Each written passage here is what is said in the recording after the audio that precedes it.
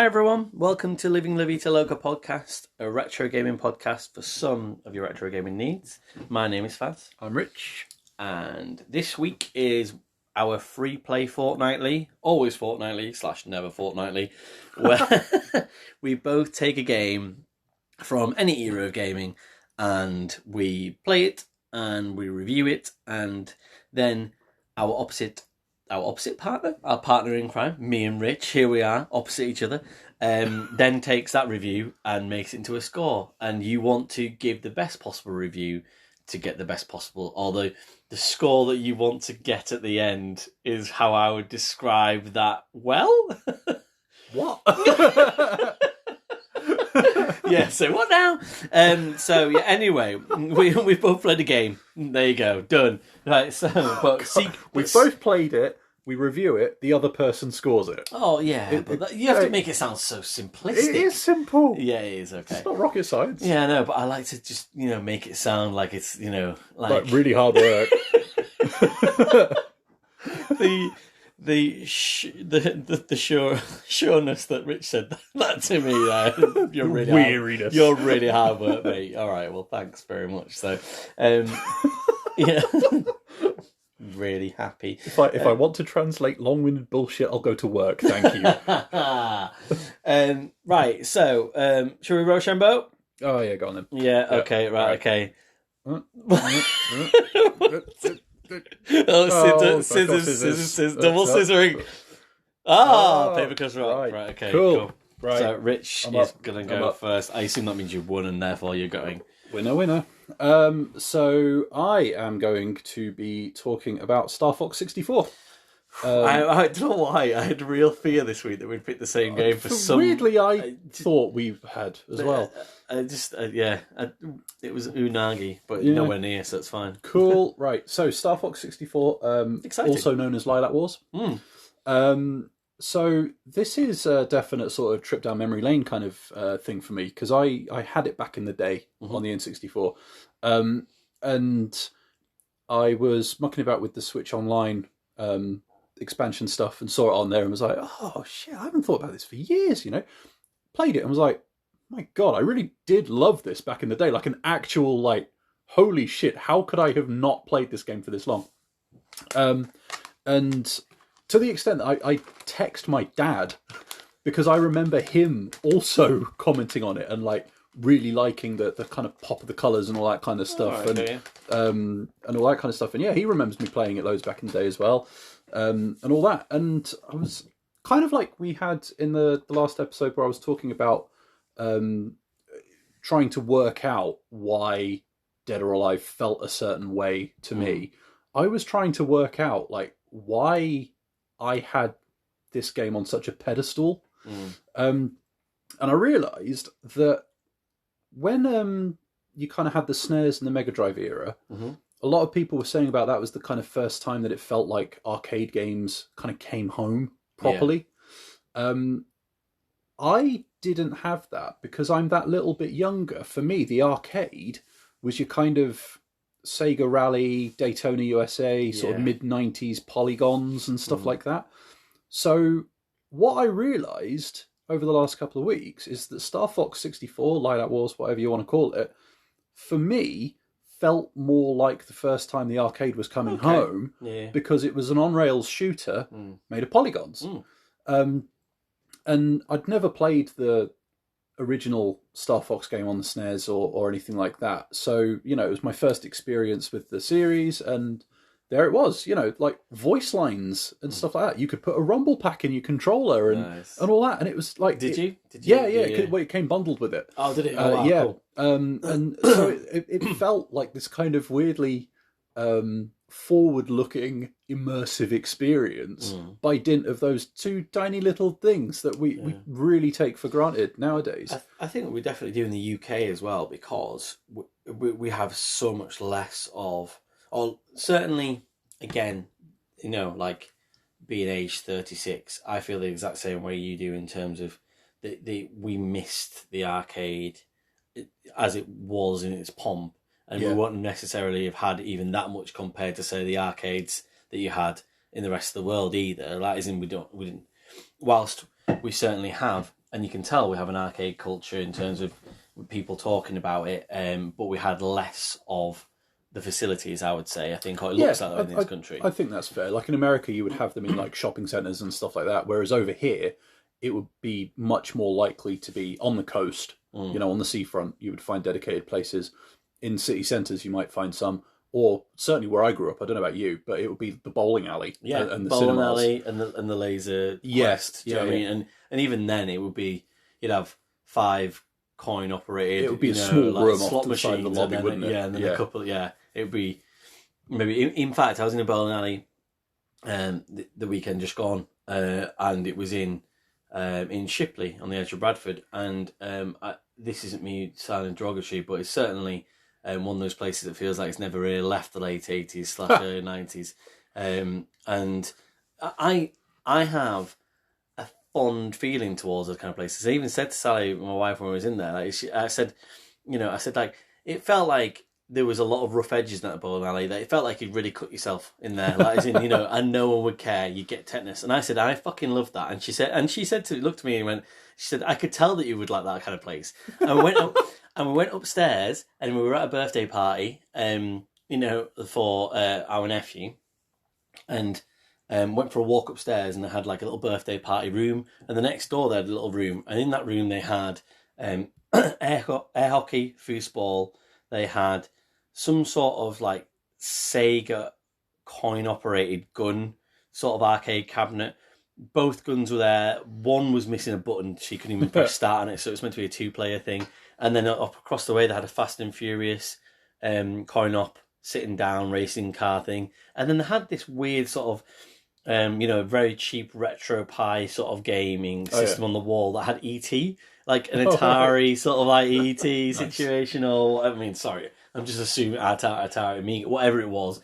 And yeah, it was so weird. And I was like, I wish this place I wish they'd just not had a broken arcade machine, because the kids that went in there afterwards, they were loving it. They're like holding the gun, like they were loving the racing game and stuff. Like that was the one that worked. And I saw like my son Oscar playing on the Fast and Furious thing, and it was great to see them in a cabinet. Do you know what I mean? Like in a again, I don't want to be derogatory, but a shitty old bowling alley. Like, it was just like, and they're the only places you kind of did get them before somewhere like Arcade Club popped up. So So sorry, do you continue? But quite, quite right. Like, because it's that kind of upbringing, I guess. Is exactly what plays into this. Because my go-to machine back when was always Sega Rally. Like that would be the one that if I only had, enough to go on one machine, that was the machine I was going to be damn sure I would go on. And so like that kind of chunky polygonal look always appeals to me. And it's something that like I've never really had this kind of tie to a game on like the PlayStation 1 or anything like that, just because I didn't have one. It was my sister that had one. But playing Starfox on the N64, seeing, the R-Wing swooping in, seeing the cutscene where, all of the characters are running down this corridor inside their sort of mothership, the Great Fox. Weirdly long corridor, by the way. Why they don't put the hangar near where they're... Spoke about corridors and last time. It's a strange ship. But, it brought back this kind of flood of nostalgia. So like I was in, right? Like this game could basically do no wrong. And hopped in, started playing it, and it plays exactly the same as it always did. Like the muscle memory was frankly disgustingly quick coming back, and like the kind of waves of enemies, knowing that I was discussing it myself. I was a little bit. I knew too much because like this, I haven't played it properly in God knows how many years, and yet I knew that, okay, you've got these branching paths, which in itself was fucking cool at the time, right? And so that kind of moment where you're like, you realise that you can do something in a level and then that'll change your path is cool in itself. What's also quite cool is going back to it 20 years later and still remembering that if you fly underneath every arch in the first level, you can go to the alternative second level and stuff like that. And I didn't have to look that up. I was like, right, I know I have to fly underneath all the arches. And it's like, oh, shit, I've missed one. I know which one I've missed as well. And going back and just nailing it like second time out of the gate. That takes up an important space in your brain. Clearly. You know what I mean? So the first time I played it through, And again, this harkens back to a kind of arcade feel that I had never appreciated before. Because I rolled credits first time of asking, like 40 minutes later, rolled credits. Wow. And my wife was in the room at the time. She's like, God, have you finished that already? I was like, no, it's designed to be replayed. And like, you know, the different paths offer different challenges, different vehicles even, and all that kind of stuff. And so you have that arcade ethos of learning it, trying it a bit different, learning again, and improving your score and stuff like that. And like, it's not quite as score driven as something I would play nowadays. Yeah. But nonetheless, when you're a kid picking up for the first time, I can totally see that through thread now of going and playing Sega Rally, having something like that Wars at home, and then fast forwarding 20 odd years and I'm playing shmups. Yeah. Like, that is not as big a jump as I thought it was. Now it's like a colossal puzzle piece in my personal gaming development. It's just slotted into place with the benefit of hindsight. Nice. And like the analog Switch stick Online, well done. Again, we sort of said before, haven't we, how good it is to have that stuff on there. So the analog stick on the N64 as well. Like, again, that felt like a fucking revelation at the time. And yeah, it still plays like it could be twitchy or something like that, but it feels about right. Yeah. It's not all on rails as well. You have occasional bits that are a bit more open, and like, the arenas are small. They're relatively barren, but it's the fact that it just does it. Like, it's a 3D environment you can fly around and have these dogfights in and stuff like that. It was awesome, you know. And not only that, but the humble old N64 can like throw a lot of polygons around, like way more than I ever gave it credit for. You get further into it, and you get like these huge waves of enemies coming at you, like genuinely surprisingly high numbers of enemies, and like it chugs a little bit. Yeah. Because, like, full disclosure, I played it on the Switch Online and I was like, no, this has earned a spot in my collection. Yeah. I'm buying the fucker. Nice. And so I like ended up indulging blurry vision on an original N64 and seeing it like creak under the strain. How much did that cost to get the original version? About £4. Oh, right, wow. Yeah, exactly. It was a no-brainer. It was like, you know, but this is the kind of level that I realised it had like reached in my kind of, I don't know, like, just learning how to play games and learning what genres I like and stuff like that. And with the benefit of hindsight, like, it's fucking pivotal is what it is. Wow. And yeah, so I had a great time with it. It's not perfect. So like, the easy bits nowadays are very easy. They weren't always this easy, I hasten to add, but I've had a little bit more practice. Is there a difficulty scale on there for you? I don't think there's something that you would necessarily select from a menu. There are various options up to and including, at least on the PAL version on Lylat Wars, you can change all the voices from English to Lylat and stuff like that, which I don't think you can do on international versions and stuff like that, which is kind of weird. But the alternative paths, you have to do, you know, various things in order to make them happen, and some of them are quite tricky. Is that like Outrun in a way? Like, is that yeah, kind of, I guess. But like, in order to make some of those alternative paths happen, you've got to have a bit of skill. And even then, you know, when you are on them, they can get quite tricky. So there was one route that I wasn't able to finish and stuff like that. Like, I did find it quite difficult. It's good to know that they're there, though. I mean, not that you couldn't finish it. I don't like revel in you not being able to finish a game, but it's just like that is a point that I've got written here, like where it is designed for multiple paths, replaying it, and that there is a challenge there. But yeah, as I was saying, like it's not perfect. So like, the easy bits are easy.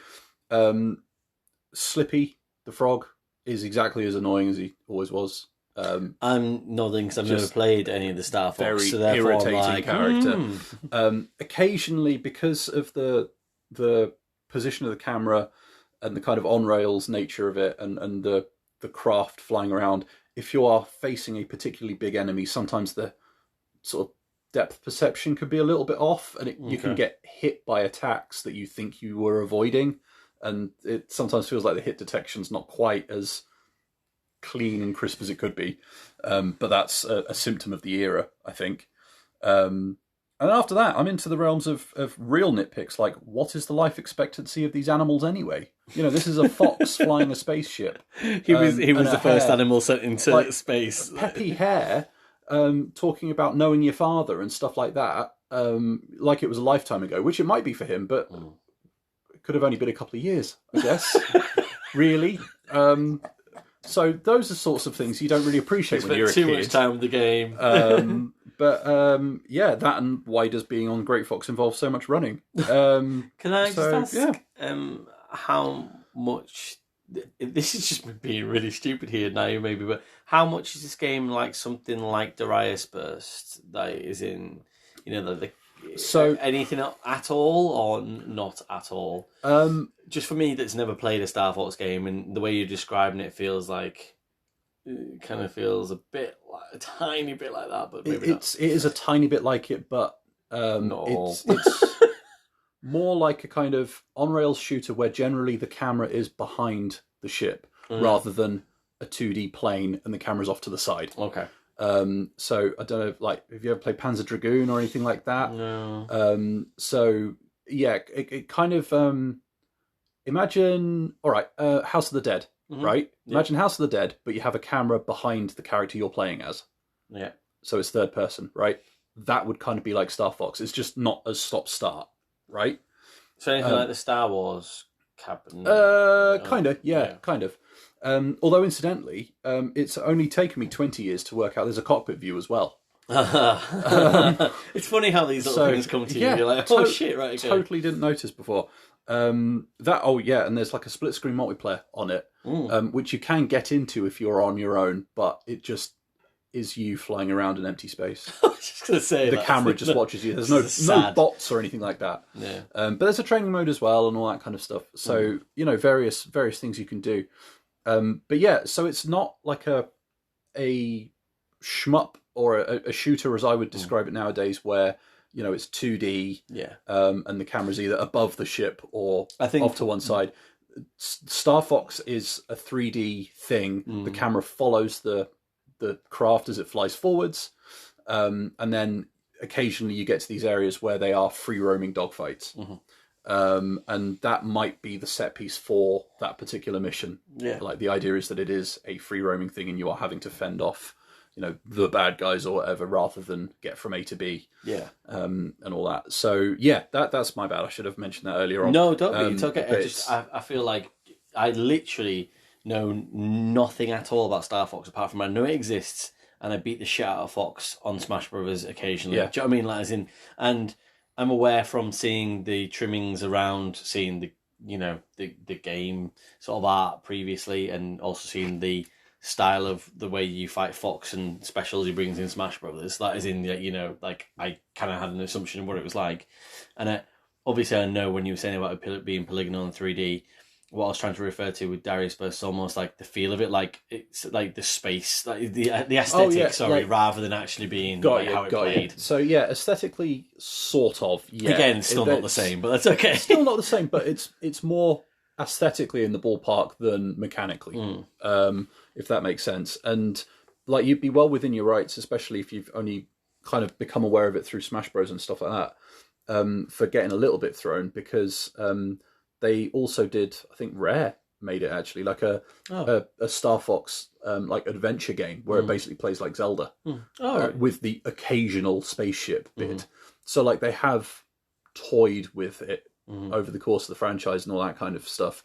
But for me, as soon as you say Starfox, like I'm instantly thinking of 3D polygons in space shooting at stuff as you fly past it. And what's the most recent Starfox game then? So I think there was a tie-in with one of the kind of Toys to Life kind of type things, where you would buy, or whatever they're called,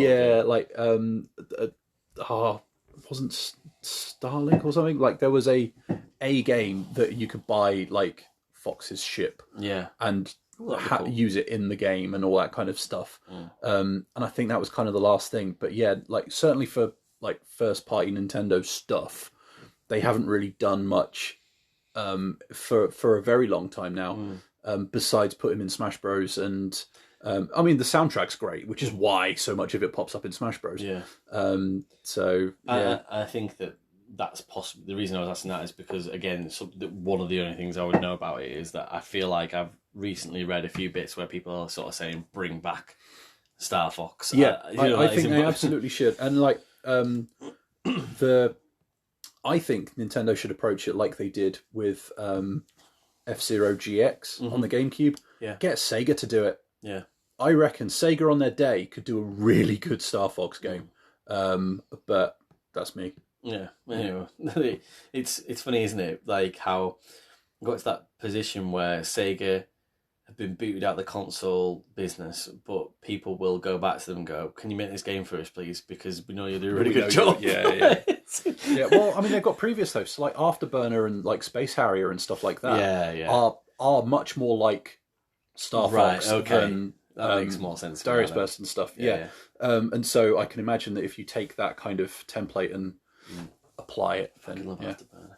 Yeah, but that's much more how Starfox generally plays. Yeah.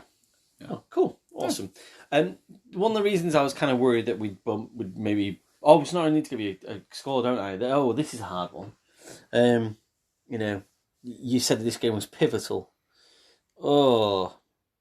I wouldn't say you felt... I shouldn't judge it against other reviews that you've done and scores necessarily, but I wouldn't say you were as effusive about this as you were about Castlevania Symphony of the Night, but at the same time, you didn't give me any issues necessarily. I'm going to say a 9. That might be high, or maybe low. Or it might be right in the middle. It felt like you were speaking about this as one of the most important games of your life, almost in a way, but you didn't realise it until now. Yeah, I think that's pretty much hitting the nail on the head. Were I giving it a score myself, I would have given it an 8. Okay, that's fine. I don't feel so bad actually. No, it would have been high. Yeah. I don't know if it would have been a 9. What? I think ultimately, there's a lot of I don't want to say style over substance because that's not true. Like it's a simple game that does what it's set out to do. Yeah. By 2024 standards, it is like I wouldn't say it's a lacking content or anything like that. It's a little game. You know, it's not a big sprawling experience, but it's not designed to have you there. Like you are going to dip into it, you will play it, you will replay it, you will discover new things, and it will be a great time. Yeah. But yeah, I at the same time, I don't have any real negatives besides sort of nitpicks, and it is, I genuinely think, held back by the technology. Be it a greater variety of levels or more variation between them, or even just that depth perception issue that I had. I definitely put that down to the technology rather than the game. It's interesting, and I want to hold that conversation for the next time we do a free play game, because I've got something that I've started to play this week that is very similar, I feel. But we'll leave that as a little tease. Because that's an interesting conversation to have. Because I know we kind of touched on it a few times when we've done our reviews and stuff, and sort of said, "Are we reviewing it back in 1998 or whatever? We're reviewing it now," and it's like you're kind of reviewing it now, but then it's also like, but you still have to respect where it came from and when it was as well. So yeah, we'll keep that for next time. So the reason I was a bit concerned we maybe played this game that isn't the same game, I spotted this on the list of games you sent me that you've got or played on your Vita previously, or you've got on your Vita after I chose it. Actually, this game is currently, when this podcast comes out, you'll have another day to do it, so I would recommend doing it on the Xbox store, not on Game Pass, for £1.67, and its counterpart is for £1.67. I actually played the Switch version, the collection. I played just the first game, and it's Hotline Miami. So, which is 12 years old now. You know. Oh! Right in the feels. Yeah. So, yeah. I mean, I was aware of Hotline Miami. Never played it before. But I always knew that I wanted to play it. It just kind of got to the point where I was like, when am I actually going to get around to playing it? Bought the collection for like £12 on the Switch shop at some point. And it was just sat there and I was like, I want to play this game, but I just need to decide when I'm going to do it. And really give it the time of day. So Hotline Miami is, if you don't know already, a top-down pixel puzzle shooter. It looks a bit like, I mean, I'm explaining to you, you're looking very serious while you're looking at me. You've known fine well, you've played a lot of the game, I can see it in your eye, but I'm going to explain like you know nothing anyway. Please do, because there will be people listening who don't. And so it's a bit like the original Grand Theft Autos, 1 and 2, where you're top down and you're quite pixelated. The story, I may as well start off with the story. I've no idea what's going on in the story. No idea. And I feel like it's pretentious. I feel like it's one of those things where it's really kind of obscure, and it doesn't. And it's kind of one of those things where it's like it doesn't say a lot about what's going on, and it's kind of like meant to lead you to feel certain things and a bit awkward and a bit like, oh, you know, like I wonder what this means and what that means. I think that's fucking horseshit. I think there doesn't need to be a story. Like, as in literally, like there doesn't need to be a story for this game. And I think that the story, it really annoys me that is in actually that try and put a bit of story around it, because I'm a bit like, I don't think I need it. I think I just need the game. And what a fucking game. Like, as in this, you know, you talk about a pivotal game. Every time I picked up this game, I was hungry to play the game again. Really hungry. Thinking about it at work. Thinking about it when I put my children to bed at night. Thinking about playing this game again. Oh, so good.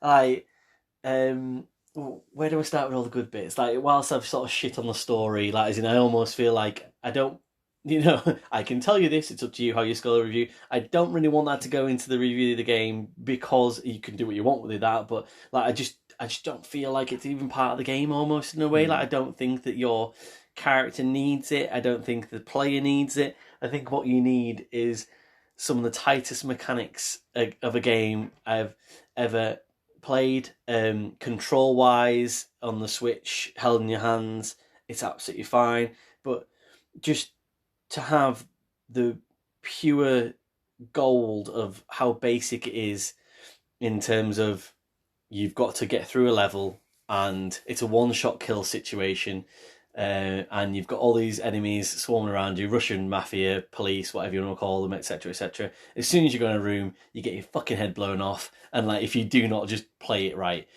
So the only caveat being that you can, or the only, I guess, customization, that you can get is that you can change the type of mask you go into a room with. So you are a masked invader, if you will, into these areas, and you can pick up different weapons. So basically, how you interact with your enemies, effectively. You can play through like a lot of different masks, and you gain masks as you get through different levels. The masks will give you one different ability. And the one mask I played through my first playthrough, which will definitely be my first playthrough and not only play through this game because I cannot wait to go back and try different ways of doing it, is the horse mask, which is that you murder people when you hit them with a door. Like, whereas actually normally when you hit them with a door, you would knock them over, then you would have to go in and press the B button, for example, on the Switch, which actually just finishes them off. So it's a finisher. So you... the horse mask was almost like just a cheat code for me. Like, as in, you know, doors being a murderer's best friend is like, is wonderful. The game is, whilst I can understand why they've done it from a point of view that, you know, like why they pixelated it. It's hyper violent to the point where, and I've always thought this, and I don't know why. Hyper-violence is completely acceptable to me, whereas normal violence isn't.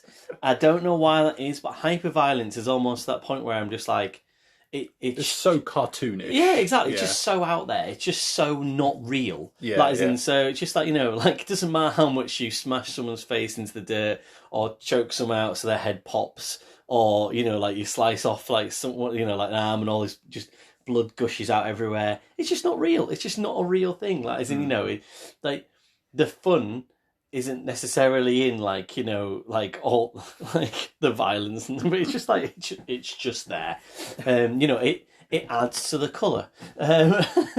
But yeah, it just so whilst people might be a bit like, oh, it's very violent and stuff, it's just a computer game. Do you know what I mean? It just is like, if that kind of stuff affects you, then you'll know after the first level and you'll put it down and think it's not for you. That is in, whereas like, it, and it's not like that type of violence excites me either. It's just like, I'm just, and this is probably what people kind of like say about computer games. I am just numb to that now. Like, as in, I think it's probably a fair criticism of computer games. Almost that people are like, oh, like, well, it's violence is bad for kids and stuff. Well, maybe it is, because at the age of 36, hyper-violence, just, I'm not bothered. Like, it just doesn't bother me. But yeah, so like I say, mechanically, you'll go into I guess, like a room and then some extended rooms, and it's a stealth game at heart almost, in a way, because you don't really want to get found. But when you get found, you absolutely have to kill every last motherfucker in the building. And that's what you have to do anyway. That's your goal. You've got to kill everybody. So you do eventually have to start interacting with with the enemy, like in a way that you sometimes, like, you could stealthily kill them with, say, a knife or an axe. One of the key components of the game for me was that you can throw things, so you can throw a gun and knock people. Like, sometimes that is just a necessity that you have to do that. The levels, so there's, I think there's the 15 core levels, and there's like 3 or 4 sort of epilogue levels.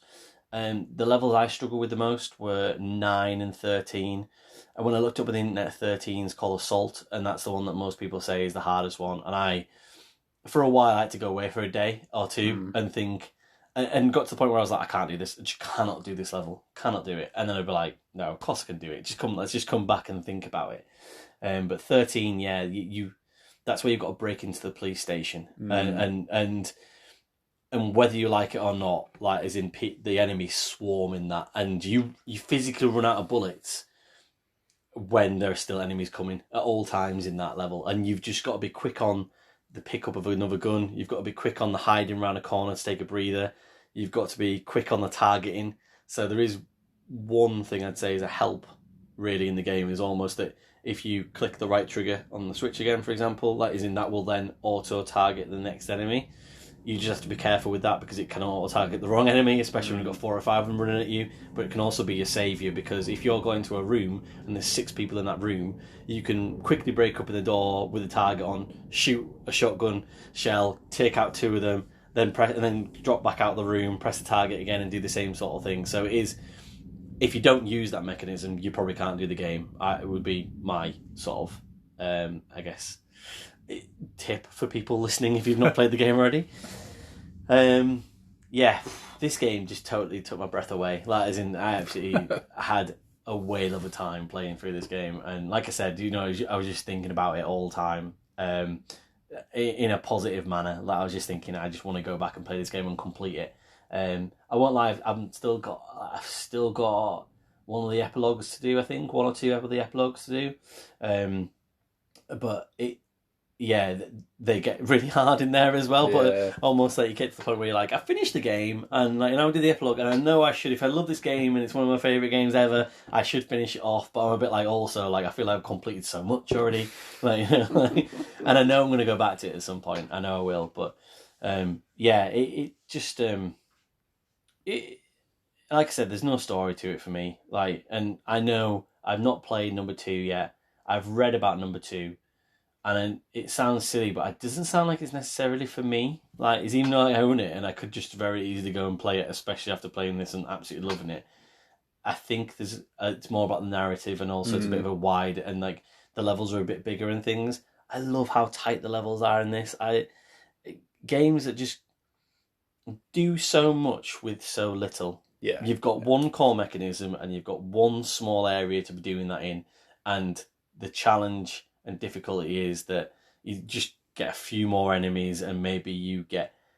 It's very linear, obviously. Yeah. That is a game that you just, pretty much you just have to take out every single enemy that is within these rooms, and it changes a little bit sometimes. And the police come in, and you start getting glass windows in there and stuff. But it lets you do it pretty much any way you want to do it, and that's what's great about it. Like, as in you have to get to the exact same point, but every single person that plays this game at some point will have the ability to do it in a different way, and that's really cool for me as well. So, what's your experience with the game then? So I've been keeping very, very quiet for a very long time. Yeah. Because it's interesting hearing you talk about it. Because I fucking love Hotline Miami. I do. Thank God. Yeah, no, like I thought you were going to say something different there. I was going to be really upset. I genuinely do. And I would disagree with you slightly on the story front.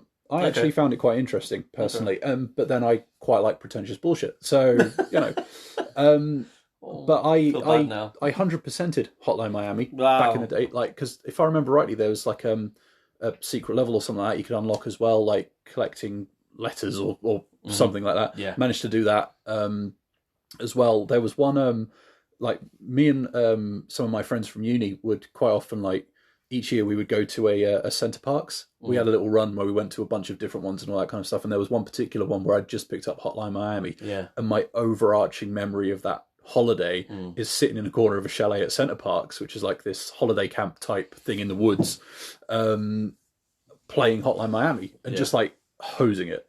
I've got bits of the soundtrack on my phone. To this day that you say Hotline Miami, and part of that soundtrack just kicks off in my head. I've not even mentioned the soundtrack. That soundtrack is fucking awesome for what it does. I played through Hotline Miami 2. I agree with what you're saying.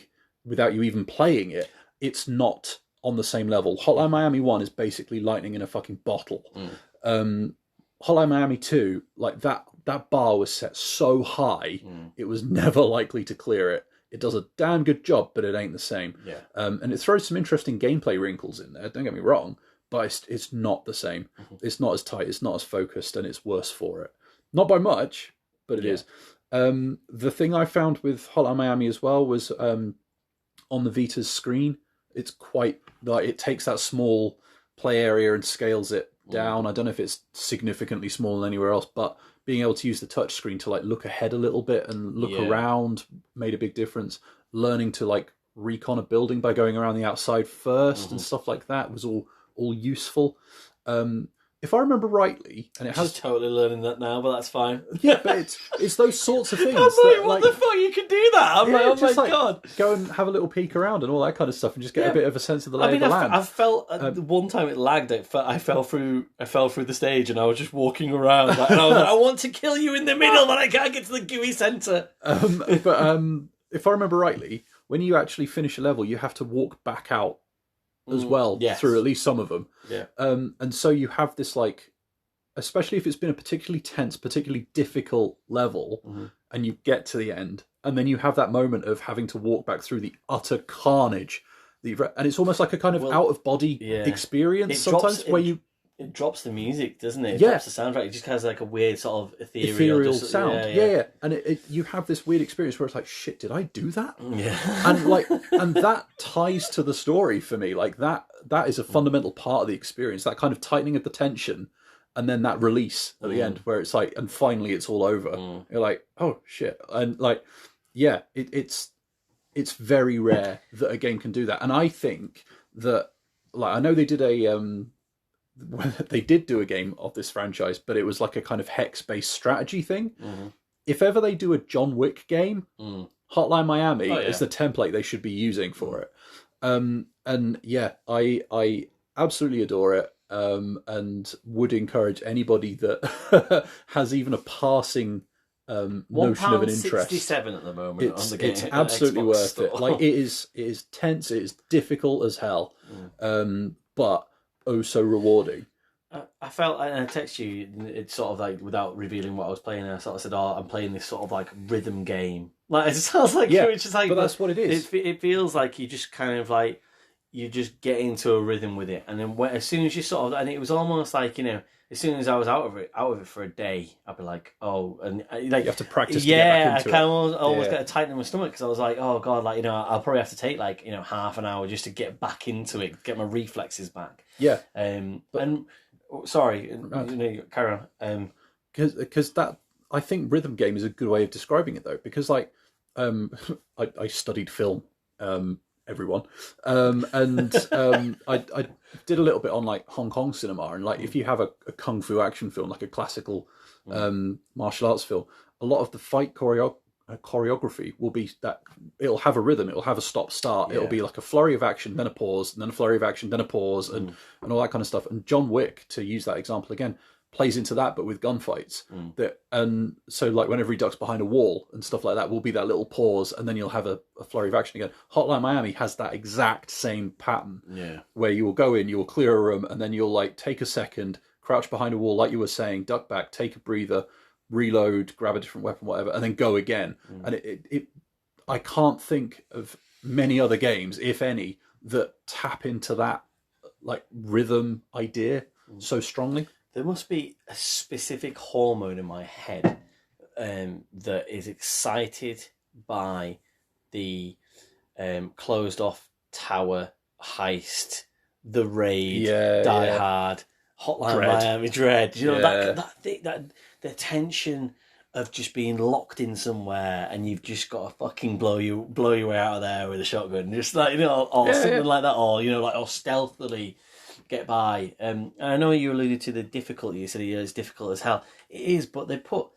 they're kind as well, in so much that they could very easily say to you, you've got to clear this 2 floors of this police building and not have a checkpoint. But they put one in just because it's like, you know, they know how hard it is to get through that first 20 enemies. Like, you know, that level of assault. And like I say, I don't necessarily want to give loads away if people haven't played the game, but we implore you to do so. Like, as in, but, you know, like, you go in there, I think you're the only weapon you kind of have, like, or you can get is like a police club for a bit. And like, if you open that door up, like 10 police officers, like shotguns come at you, and you're like, you know, you've got to deal with that. And it's like, but they send it at you, and you, in your head by that point, you're like, I know there is a method to beating this. I just have to practice enough to be able to do so. Yeah. And that was one of those levels where I couldn't do it, went away for a day, came back and did it very quickly. Like, as in, almost like, because I'd just done it that many times the previous day, that it was almost like, actually, no, I just need probably a quick emotional break, almost, to be able to sort of think my way through this. It scratches that arcade itch as well, where you learn the patterns, you learn the layouts, you learn the route. Or a route, like you were saying, other people will approach it differently. Funnily enough, speaking of like sort of the Die Hard, it's a bit like the Die Hard 1 part of the Die Hard trilogy. It's almost like, as in, it's a bit like that game, just like, you know, like, just that part of the Die Hard game is just a lot easier. It's not, but it looks kind of has a similar sort of vibe to it. So, but yeah, I absolutely loved playing this game, and I probably wouldn't have got round to it if it wasn't for the podcast. That is in, you know, I just sort of gave myself the time to sort of say, I'm going to, you know, play something for me, and this is it. And yeah, wonderful. Yeah, no, and that soundtrack as well. Like, I would rave about that. Scores. I need to give it a score. I have. Well, do you want me to help a little bit? No. I'm typing it before I tell you it. I'm giving it a 10 out of 10. Yeah. Like, I'm eating Aero Melts, and I'm like, like, I think I'm over the moon with that. Thank you. I think it warrants it, and I think you've had a similar experience with this to what I had with Symphony of the Night, when I finally got round and made the time, like you say, to invest in it and realised what I had missed. And I am very glad that you have had that. It's so easy for me to say this, but I think it's my favourite game ever. Really? Yeah. That lofty praise. I just dribbled. Yes, I can confirm this is true. He's just ruined his t-shirt, such is the emotion of the situation. My Warriors t-shirt. Yeah. Better than Metal Gear Solid 3 or whatever it was you blurted out last time. Well, yeah, no. Well, I mean, Well, you know, I sort of said Loco Roco was like, you know, Oh, for yeah, the PSP and stuff like that, and you know, and it's good. But you know, and I've said a couple of times on the podcast that I'm like, I don't know what my favorite game ever is, but like go back to the first sort of couple of minutes of review, the hunger to want to get back onto this game and be involved in it again, and it's real, because even you talking about it is making me want to play it again. Yeah, you can dribble too, man. As soon as you started talking about it, like I said, parts of that soundtrack were playing in my head. Like it's ingrained. It's ingrained. Yeah. And so yeah, I definitely see where you are coming from. And like I said, I don't want to sort of say that. You know, I've obviously said that the story doesn't matter, and I don't want to say that it doesn't. And obviously, you say you like the idea of it and stuff. I think I'm probably just so enamored with the gameplay that that it just doesn't matter to me. Like, yeah, and I think that speaks volumes to it. And like, yeah, I think the story is a serviceable framework. It's not my favorite gaming narrative of all time. Yeah, never likely to be. To the extent as I sit here right now, there's a lot of it I can't remember, and I'm trying to, and it's just not coming to me. And I think that would be the only thing that would have made me put it as a 9 out of 10 rather than a 10 out of 10. However, as you rightly pointed out, actually, the narrative doesn't really impact the story too much. It's just a framing device. Yeah. So, you know, it's not a narrative experience. It could be an arcade game and we would have given it the same score. You know, it just so happens there's a couple more story scenes in it. Yeah. I like there's like a couple of little boss moments as well where like don't normally like necessarily enjoy boss battles, but because it still never really moves away from the main mechanic. Like so it stays focused. You have to beat those bosses in the exact same manner, like as in so you only have the same buttons you've always had. Yeah, and that plays into it for being a positive experience for me as well, because I'm like, you know, right, okay. So I only ever have to use what I've used previously. So I just have to be good enough with what's available to me to be able to do that. A bit of lateral thinking. You're not going to get cheated. You're not going to get blindsided. Yeah. You've got to figure it out. You didn't forget to pick something up. For yeah, example. yeah, exactly. Yeah, it's not underhand in that respect. Which is really cool. You have the tools. It's just a case of working out how to use them. Yeah. So, you know, and weirdly enough, that game is now retro. It's 12 years old. Do you know what I mean? Like, isn't it? But it feels like, for me, which is great for me, it's a brand new, you know, fresh air sort of coming into me. So, no, that was good. Pivotal, that podcast episode is. Yeah. So, cool. Don't think we've got anything else to wax lyrical about. So, awesome. Right. Thanks very much for listening. Sweet. Cheers. Bye.